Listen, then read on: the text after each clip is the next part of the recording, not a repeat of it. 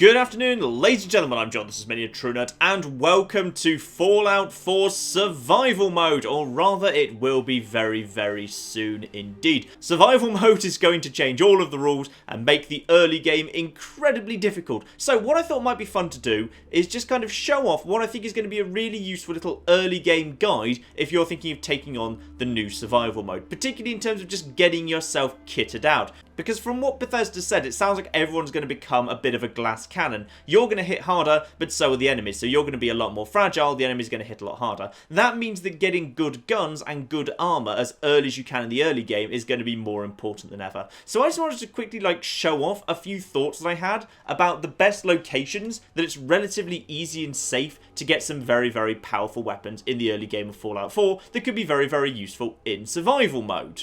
And in order to demonstrate that as best I can, I've basically just created a brand new character. I am playing on the old survival mode right now, so the experience should be pretty close to new survival mode. Let's go and find some new stuff. Oh, and don't forget the mailbox on your way out of town. There's always a couple of fragmentation grenades in there. Very, very useful. But other than that, I've literally only got a 10mm pistol, the security baton from the vault, and those two grenades. That's all I've got. So, let's go and find some nice, safe new weapons. So a good starting point, by the way, is straight out of Sanctuary Hills. All you want to do the moment you leave Sanctuary Hills is take a left and hug the water. This area we're heading into is at worst going to contain mongrels, mole rats, nothing to be worried about. Even as a level 1 character on survival difficulty, you should be able to easily handle the odd dog. There'll be the odd rad stag as well, but don't worry about those guys. Honestly, you won't have the damage to take them out, and they won't have any interest in you either, so completely ignore them. Loop around far enough and you'll reach this little machine down in the water. You could have come this way via land, but you would have passed a fair few mole rats and potentially some raiders. Going just via the water is much safer when you're extremely low level and thus not well set up yet. Hit the circuit breaker and then that will do an unknown thing. Simply follow the pipe up the cliff at this point and you'll see where that leads. And up here next to this machine it was powering or controlling or whatever.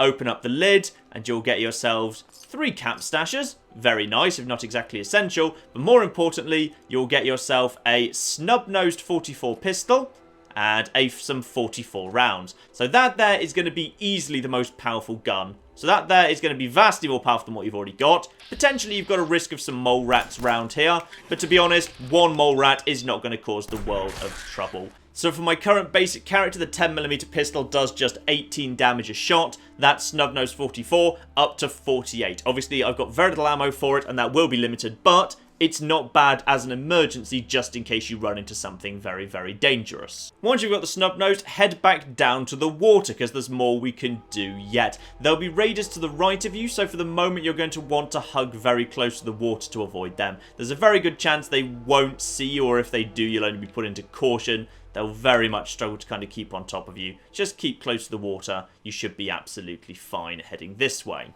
Now that changes as we go round the corner and reach the far end of this body of water. There's a little clutch of Mirelurk eggs down by the water there. Don't disturb them. That'll trigger some, I think it's just like some soft shell Mirelurk to spawn. But at level 1, with no armor and no guns, that will be more than enough to do you in. So keep your distance from them and now start clinging as close as you can to the wall. That way the Mirelurks will never spawn, there's little egg clutch, that will never be disturbed, and instead we head up here and find ourselves to a junkyard. The robotics disposal ground indeed. Now, few good things we can get out of here. Number 1, free fusion core out of this trunk. Number 2, assuming you're approaching from the lake, immediately turn left, jump over this here car, and you've got yourself a fat man. Free fat man, always very welcome. You may notice, however, that thing had no ammo in it, so not that useful. Just head out to the front gate and look on the left as you go out, and you'll find yourself one, if I can just pick it up, there it is, hello, one mini nuke. So you've now got yourself a fat man and a mini nuke, in case you need to put out a ridiculous amount of damage in one go. Excellent starting point. Good, of course, for clearing out a particularly tough group of enemies if you happen to stumble across one. And third and finally here, if you go inside the little building, well, 1, you've got yourself Hot Rod magazine. Now that's very, very useful because that means now you've got that, you can apply the flame job to all your power armor to basically make it, well, all look nice and match, and also potentially more importantly, gain a +1 agility bonus, which is better than no bonus at all, and most of the power armor you get in the early game won't give you any bonus, so it's definitely better to have that than nothing. Then on this terminal, turn on the sentry bot and then, well, grab yourself a stim pack on the way out too, but turn on the sentry bot and then eject the tape. So this sentry bot is now up and about very nicely, and as of the most recent patch, they fixed this guy so he actually works a lot better because he used to get stuck an awful lot. But now, take that tape that you pull out of the machine out there and plug it into your Pip-Boy. Combat Sentry Proto Mark IV holotape, yep, play that. Shove it in the Pip-Boy. So now we can deactivate him, blow him up, or engage his defense protocol. That one sounds bad, but you actually want to do it, yes. And at this point, you can order him around. He can clear out little areas for you, which can be an excellent source of early game weapons and loot. So let's send him to one of the nearby areas, the little kind of Olivia base that's just up the road. Yep, send him there. You'll notice, by the way, that he's very good at smashing literally anything that gets in his way, including little mole rats. So just stick close to him, and you'll be absolutely fine. There is also, by the way, over here, of course, you'll be passing conveniently by the Crash Vertibird. The fact that you're passing by the Crash Vertibird means there will be a, albeit not particularly good condition, suit of armor the far side of that. You picked up a fusion core earlier. This could be an excellent way to get yourself a fusion core. Oh, mole rat, you've picked the wrong fight. There you go, lovely. For the most part, just stay back, stay out of the way, and let the sentry bot do its business. He'll now go in here and kill absolutely everything for you, including, interestingly, all sorts of mole rats and stuff. So using that sentry bot, we've now completely safely got ourselves to, what's that, more than half of the way over to 10 Pines Bluff, which is a fine little settlement to start off with. We'll probably need to go there for the Minutemen quest pretty soon anyway. Head back over here to the Vertibird as soon as the sentry bots finish killing absolutely everything for you. And there you can see right there. Get out of the way, you. No, go, shoo. And you'll see that we can get ourselves some nice power armor. So that there is a pretty powerful pistol together with a massive explosion machine just in case you need one of those. But if you're playing as a melee character or just have any interest in having a backup melee weapon, and I strongly recommend that many characters, even gun users, do consider it, purely because it's kind of worth just having a decent melee weapon, just because once you get ninja up, and most characters will be getting ninja up anyway, it is just kind of worth having, because 10 times damage with a ninja weapon, even if your strength's not very good, can still be very powerful. So start off by following exactly the normal route you would do anyway, because conveniently, there's a couple of decent weapons very early on in the game. All you got to do is bypass these blood bug hatchlings. Honestly, even on like the survival difficulty, 2 hatchlings is not going to be the most difficult thing in the world. Now what you want to do here is, rather than heading into Concord proper as you might expect, instead head up to these houses at the very top of the town. Yeah, investigate Concord, the game says. Not just yet. No. Skirt around the outskirts. Head up to these houses. They're very easy to figure out which ones you want, because they're the ones up on the top of the hill. And what you're looking for now is a barbecue at the back of this here house. And that will get you a combat knife. A pretty actually damn good thing, together with a raider who might have some okay loot on him as well. So that combat knife is actually very, very decent, because actually combat knives are not even that bad. Even going into the mid-game, combat knives are okay. So that is a very good melee weapon right there. So at this point, head back down into town, as is usual in Fallout. As long as it's not like a sheer drop, you're fairly easily able to crawl down rock faces. Now, head into Concord proper and onto the main street. One thing it's worth noting is, if you don't want to get involved with that fight at the end there, don't worry about those guys, because Preston will easily take care of them himself. It's not like a scripted battle where he, never kills them or never hits or anything. You might need to take out like maybe 1 or 2 of them, but to be honest, you should be alright for the most part, especially with the weapons that you've already got. Keep your distance and head for the speakeasy that's right here. Upstairs in one of the bedrooms, you can get yourself a couple of doses of Excel, one of the most powerful drugs in the game, so worth having in case you need it in an emergency, together with, conveniently, a whole bunch of machetes. Machetes, again, very good early game weapons, and to be honest, they keep being good even into the mid game. Now, in case you're nervous of those guys at the front, there is also a back entrance to this place, so you can avoid any risk of fighting whatsoever. Though while we're actually down here in Concord, again, just skip around the fight. This time we're at the far side of the town. So that along there would be the main street you'd walk down to kill all of the guys. Find the town at the very, very edge of town that's got an open door on the right. So that's the church and the Museum of Freedom right there. And head upstairs in here. This is worthwhile because this is the first sniper rifle you're realistically going to find in the game. It's only a pipe weapon, but it's a bolt-action sniper rifle and has a little scope on it anyway, so it is definitely worth going for. Though worth noting that it is a .308 using weapon, so you'll need to be lucky with an ammo drop to actually be able to use it. But you can't have everything. Another drug box in here as well. Couple of medics, not bad. The nice thing about the combat knife in particular, by the way, is it only requires Blacksmith 1 to get up to the serrated blade. A fast weapon with bleed damage and 18 damage, that's actually pretty good. That will serve you quite nicely from the early into the mid game. So if you are interested in melee, take a single rank of Blacksmith and you can get yourself a serrated combat knife basically before you've had a single fight in the game. So that can be very, very useful indeed. If you don't want to take Blacksmith, however, the machete is slightly more powerful than the basic combat knife, though sadly the machete to go up to serrated requires Blacksmith 2. So that's a fair bit further away. Now the next thing I've got in mind is a bit of a further way off, but has a much better reward attached to it. So, what you're going to want to do is, starting from Sanctuary Hills, right here, you're going to want to head south via the river. To my mind, the safest way to do this is probably to head on this side of the river, on the other side of the bridge. Don't know why I'm taking completely optional rads at the moment, I just feel like it. So the worst thing you're going to face on this side of the river is going to be the odd bloatfly over here.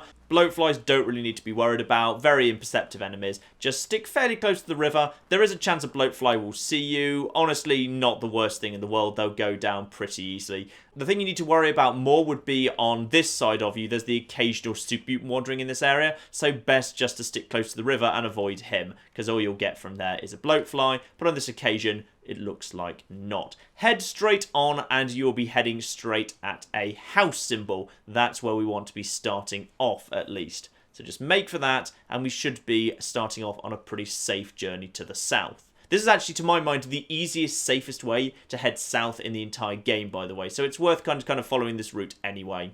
So here we are, one house. This is the Ranger cabin and we've got ourselves one bloatfly there. Goes down in a single hit. We might have drawn the attention of a couple more bloatflies, but to be honest, like, one more bloatfly is not really going to make the world of difference.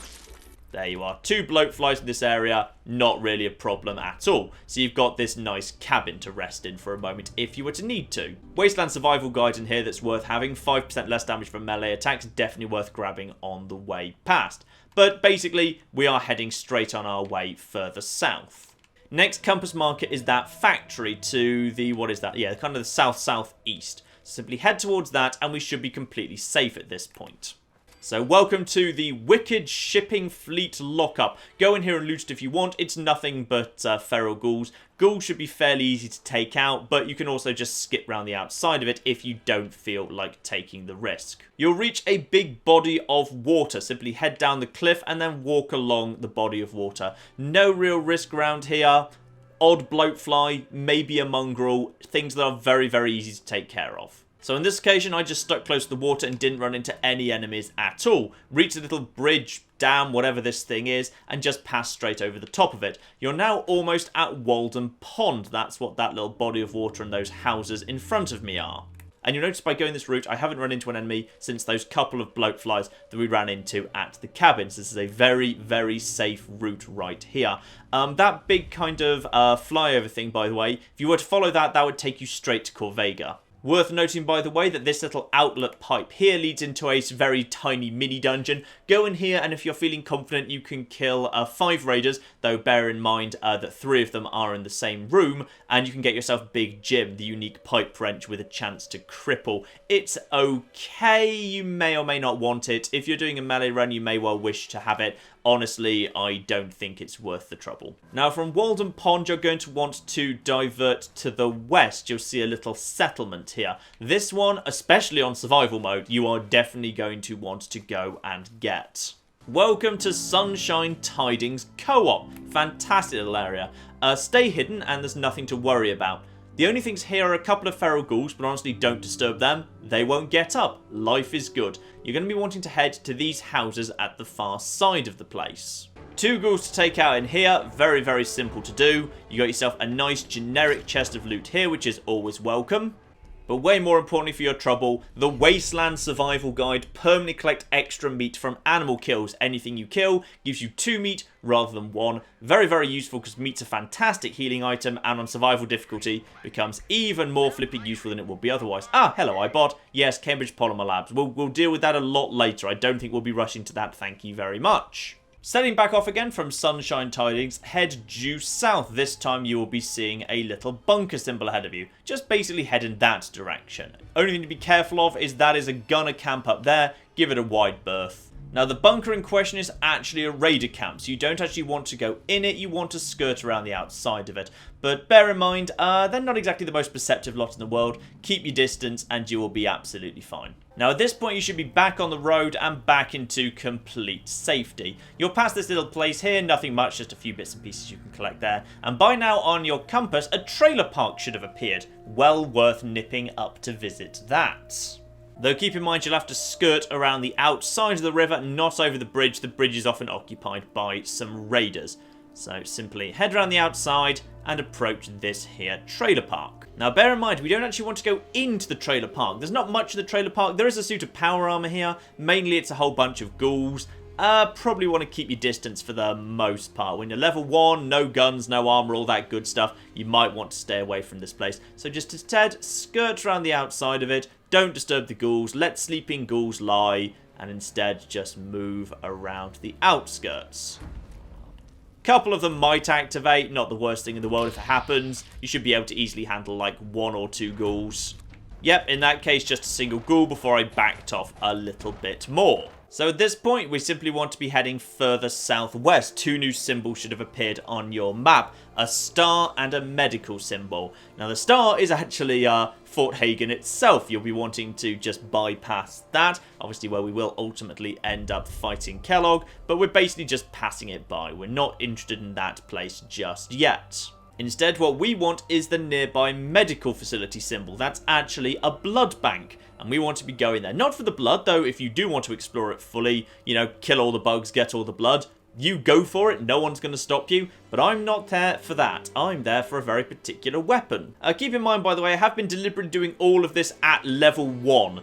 Just to make sure that there's no kind of, you know, chicanery about levels at which this may or may not spawn at. I'm also, just for fun, doing this purely in a basic Vault suit right now. I'm not using anything else at all. Which means, of course, I do currently have a damage resistance of literally 0, which is always a great thing to have. Anyway, skirt around the outside of the building until you find yourself into a ruined bit you can get into straight away. And head up the stairs. There might be a little bit of resistance up here, but you can, if you're lucky, you might be able to skip it. Bloatfly right there. Yeah, take a shot. Why not? Go on. Missed multiple 50% chances to hit there. Fine. You're dead. And then, yeah, we got a little bit more trouble coming in here. But instead, ultimately, we want to just be heading to the roof here. Okay, good. Back into caution. Nothing's hunting us right at this exact moment. So, these 2 blokes on the roof, they were the people we were after and we came all this way for. So, bottle caps, some rounds, yeah, some unremarkable stuff. Might be some okay stuff there. A duffel bag sometimes contains some decent stuff too. Cap stash, lovely. What we really, really want is what this guy over here spawns with. And what he spawns with 100% of the time is a short combat rifle.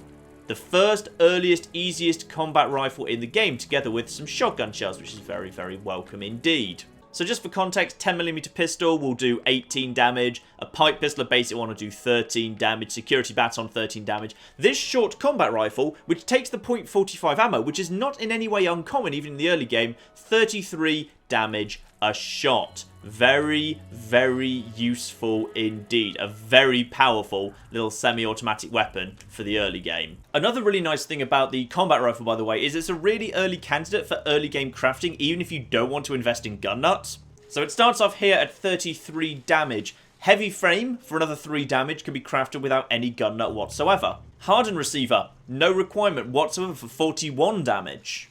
A long barrel to make it a much more effective long-range weapon, no requirement. Short scope, no requirement.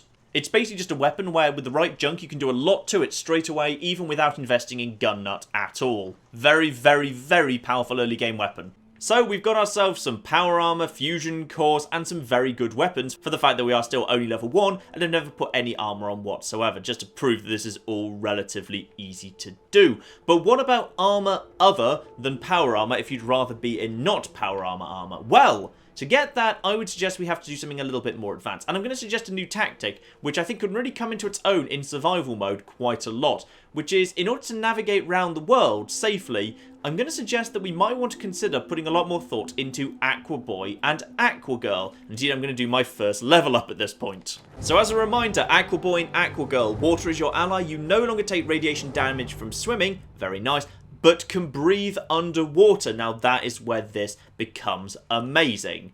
Now let's very briefly consider the map in this game. Ignore all this because this is mostly fairly shallow water. So starting from up here, and then round here, this river here out into the entirety of the sea, together with all this water round here, going all the way down to the south of the map as well. All of this is pretty deep water. Sure, you wouldn't be undetectable until you take Aqua Girl or Aqua Boy 2, but there's very, very few enemies that are going to be that close to the edge of the river, and almost no enemies that are going to attack you while you're underwater. So arguably, I would say the best way to navigate safely in survival mode would just be to find your way to a body of water and then just bloody swim for it. So either via Olivia or via Concord, just go past by Garrus Vicarian here at Thicket Excavations, and you'd already be a fair bit of the way to an area where you can join up to a significant body of water. Personally, I'd recommend heading pretty much straight south, avoiding the little train area because that area is swarming with ferals, and instead cutting your way straight to the Starlight Cinema area, the outdoor cinema that becomes a town relatively early into the game. Just cut there instead. We've got attention from something. Couple of bloatflies. Think we can handle that. This area will bring you close by to some wild mongrels, but it is worth noting that very often wild mongrels, if you don't start a fight, they often don't attack you either. They're very happy to just live and let live. So you don't need to worry too much about wild mongrels.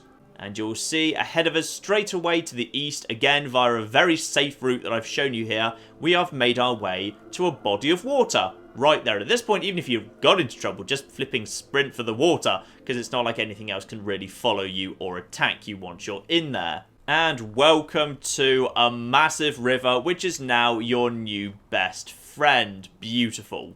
So we're now under the water and pretty much safe from everything. There's going to be almost nothing here. You might run into the odd Mirelurk, but they have a lot of difficulty attacking you while you're swimming, so they'll give up long before they actually do anything to you. Instead, we can just basically now follow this river to wherever it is we want to go. You will, on occasion, have to just quickly nip out of the water just to bypass a little dam or a bridge or whatever. But the interesting thing is, characters in Fallout 4 have this amazing ability, even while swimming in water, to jump straight out of water. So it's never actually a problem. You can basically do, from the water, a leap. Which is really odd, because of course, how would anyone actually possibly be able to do that? But you can. It is worth noting, by the way, because I think some people don't realise this because they just don't do much swimming in this game. There's nothing to stop you sprinting while you're underwater. You can do that. Just sprint as you normally would, just clicking your sprint button, and you will swim at a faster rate. So at this point, we are coming up on the USS Constitution and Bunker Hill. And you'll basically, since I started swimming, right in the north of the map, so I've come all the way to here. From here, yeah, that was my starting point, that custom destination. I've swum down here, haven't run into a single enemy. Nothing has seen me, nothing has fired at me. I have been completely 100% safe. This is by far the safest way to travel around the map. Even if you don't feel like, enjoying the murky waters, just staying in the middle of the river with your head above water, for the vast majority of the time, you're going to be hugely safer than you would be on land, just because you'll be so far in the middle of the water from anyone that can see you. You'll just be 100% safe. And you can sprint while you're on the water's surface as well, which is nice. Now, at this point, a couple of options become available to you very early on in the game, far earlier than the game really anticipates that they should be. The first would be, obviously, we are very close by to the Old North Church at this point. So if you want to just kind of go aground at this point right here, then just skirt round the outside. We're just around the corner from the USS Constitution here. You know you're in the right place because you'll have found these little ruins. Then just go for this alleyway that's round here. And that there is the Old North Church. So all you would need to do is go in there. Deacon will vouch for you, as usual, even though he's, never seen you before and you haven't actually done anything in the main game whatsoever. And then you can skip straight to Tradecraft. Tradecraft, of course, is in a very safe location. We've already been to that bit of the map before because Tradecraft kicks off. It's like somewhere around... Yeah, it's somewhere around Walden Pond area. I think it'd be like somewhere around like there will be where Tradecraft kicks off. Do that with Deacon. Deacon can handle absolutely all of the synths by himself. You don't need to get involved. Do that and you can get the Deliverer at level 1. The Deliverer is insanely powerful, a silenced pistol, probably the most powerful pistol in the game as far as I'm concerned, in terms of its balance of power and stealthiness and the number of shots you're allowed to get off in VATS, which is just quite frankly obscene. Beautiful, beautiful, powerful weapon, and well worth getting extremely early on. So if you want to be a pistol user, that's probably the most powerful weapon in the game, though you will need to basically, some people might feel that's a bit unethical. You basically at that point end up taking Deacon on to Tradecraft and making him do all the work. Anyway, head slightly back the way that you've come. You'll know you're going the right way because of the USS Constitution being back visible. That bridge was how you got to this place. That leads back up to the north of the map, but instead there's now a river passing directly next to the USS Constitution. This leads into central Boston because there's two separate big rivers that run through the map of Fallout 4. This one's a little bit more narrow, so you might be more sensible kind of being right underwater because it is actually quite a deep river. But if you want to enjoy the scenery, head up to the surface and dive if you need to. But yes, we're now basically taking the river straight into central Boston. Once again, Bunker Hill is very close by. That's the monument right there. So if you want to just kind of go out here, go to Bunker Hill. Right there, incredibly accessible, no risk whatsoever. Cabot House is literally round the corner over this bridge that way, so if you want to kick off Cabot House, that is right there as well. We'll also be passing past my favourite character in the game, the glowing one who just lives on this here platform by himself, but as far as I can tell, isn't allowed to leave it. Hello.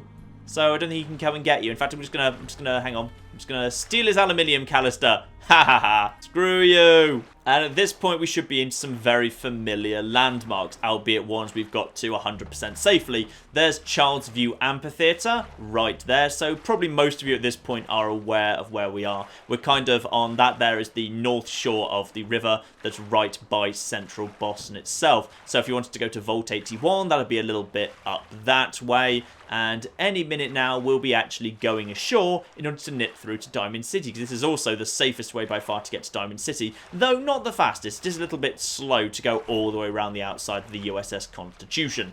You know when you've got to the right place, however, because the one that you want is the bridge where it's open and there is a boat crashed into it. So as soon as you see that, then you'll be wanting to head for land. Be a little bit careful, by the way. There are actually some raiders, I believe, on that there boat, so give them a bit of a wide berth. So back up these convenient stairs, and at this point we can head straight up this road.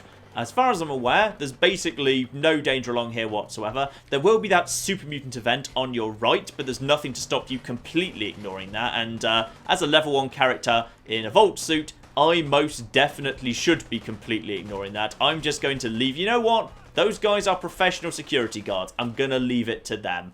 But yep, we can see there, we're past the signs, we're into the areas with the machine guns. We are 100% safe, nice, easy access to Diamond City right here.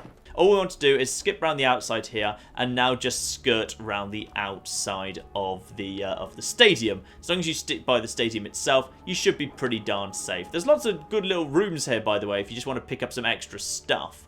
Not many people, I think, kind of use these very much. I think these are just kind of little guards' quarters, for example. But for some reason, none of it's stealing. You want to help yourself to all the stuff in these little rooms around here, you go right ahead. And as you can see here, Diamond City security all over the shop. So on the off chance you do run into any danger whatsoever, just basically run behind these guys and they will help you out. Anyway, you'll know when you get to the place you actually want to get to, because there will be this big building here. That's the library. Be careful, a couple of ghouls will pop out. But as you can see, you have got security forces to help you out with these lads. So the security will help you take out these guys. Just in the off chance it's a little tough, because level 1 characters can struggle a tiny bit, potentially, with roamers.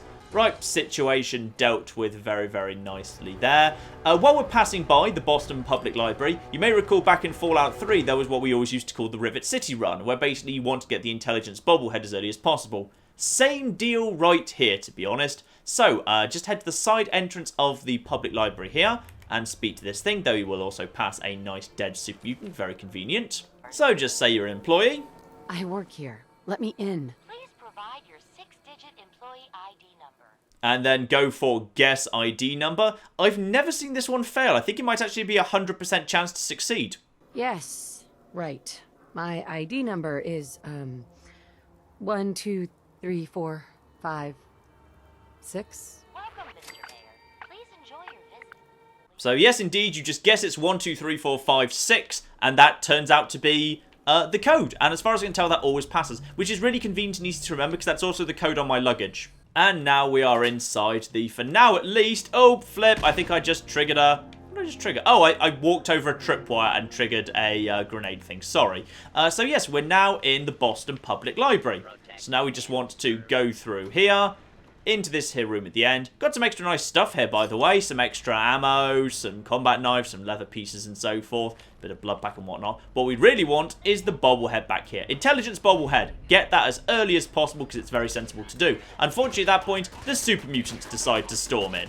Couple of ways you can try and deal with this. You can try and help out the robots. To be honest, I'm going to be not helping much. The robots can generally do a very good job, though. The super mutants can get a lucky Molotov or grenade in, and that can do a lot of damage to these guys. So, arguably, the most sensible thing you can do is just make a run for it, and just say, screw it, screw it, screw it, and then just go for the door, go for the door, go for the door, go for the door, go for the door, and out. There we go. So, took a fair few hits there, but I did escape, and once you're out, you're done. You don't actually need to help clear the library. There's like a little quest where you can choose to help clear the library, but probably while you're level 1 and wearing a Vault suit and thus have a damage resistance of 0, not the best idea in the world. And you can see there that while we are still in danger, it very quickly fades to hidden because none of the mutants will follow you back outside. So, back out of the library, and we are now heading deeper into Boston itself, still chasing down that armor that ideally would be very, very useful for the very beginning of the game. So, what we're looking for here, and by the way, stay hidden. There's a couple of raided gangs around here, but as long as you stay crouched, they will never ever see you. It will be absolutely fine. And where we are heading for is in fact not Trinity Plaza. Where we are heading for is actually the comic book store that is a little bit down the road here. And here we are, still nice and hidden at Hubris Comics. Now, this is going to be a little bit of a smash and grab, to be honest. This is going to be a little bit on the tricky side, but I think it is doable. So I'm going to see how easily I can pull this off at this point. So we're going to have to go in and basically try and get hold of the armor I want and then get out. But I'm not really strong enough or have enough ammo or anything to take out all these ghouls at level 1. So I'm going to have to try and do this just as quickly as possible, just to kind of prove it can be done.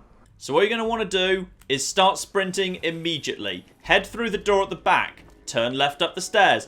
Door to your right. Open and then close behind you if you can. Door open and then don't get stuck ideally. Yep, lovely. Potentially use some jets to get yourself some nice bonus time. So just keep going nice and fast through here and up to the top floor. Grab the Silver Shroud uniform. That's what you're after. Another dose of jet. And straight past here. Skirt around the outside of this guy. And out. Now you need to get off this building fast because they are allowed to spawn on top of you. You see, they're actually allowed to spawn out of the building. However, they can't get back down and around. So you need to jump, leap of faith onto that thing over there, and then basically get out of here as fast as possible. But they'll never be able to get their way through the building and back out again in time. Just, you know, move over here. There you are. You're straight back into caution. They will never be able to follow in time. I'm not even sure if they're allowed to go out through the front door. If they are, by the time they do, I will be long gone. And now I've got the Silver Shroud armor.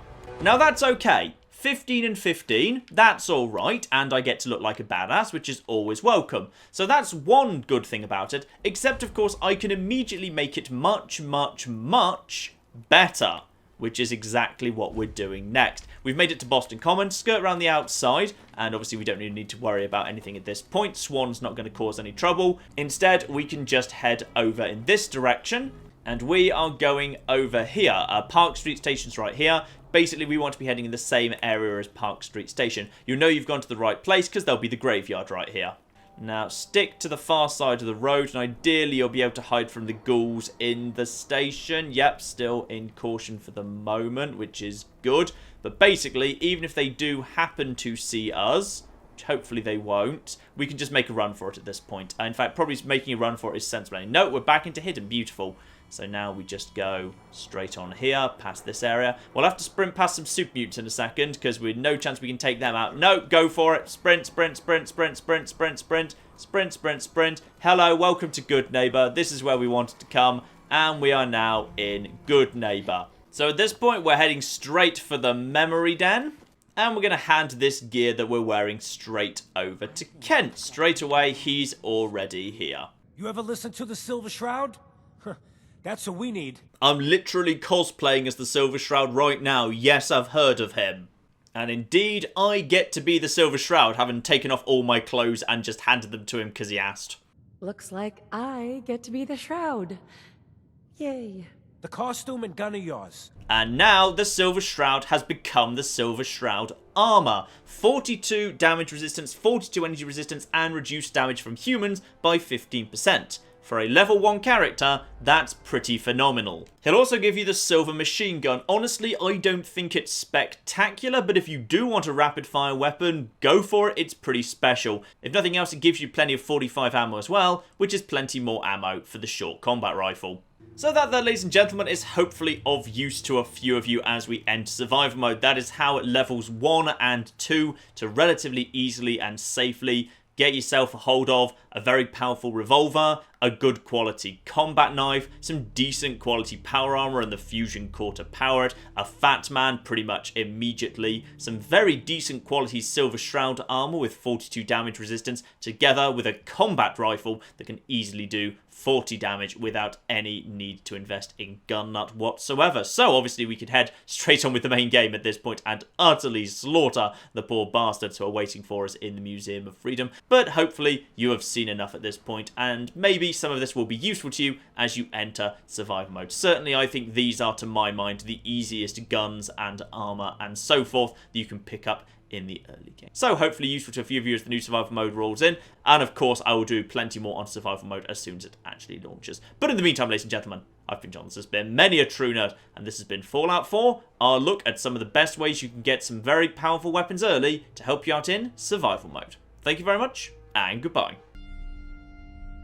Good dodge, man. Question is, can you keep it up, cop? Oh, no you can't. Ooh, nice. Oh, didn't quite get that one though. We are going to the gun store in style. Oh, where's my partner? Oh, he's not here. Oh, so long, loser.